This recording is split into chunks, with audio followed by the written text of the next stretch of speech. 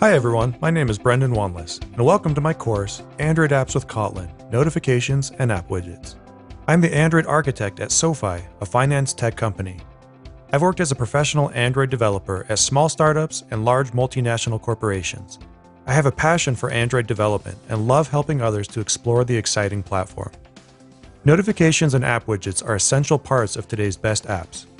This course is part of the Android Apps with Kotlin learning path, and we'll cover everything you need to know to get started with notifications and home screen widgets.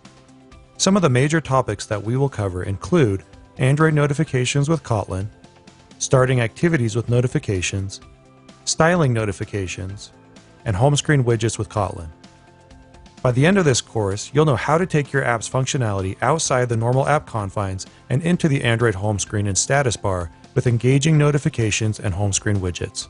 From here, continue your learning by completing the Android Apps with Kotlin learning path and check out courses on cloud messaging with Firebase.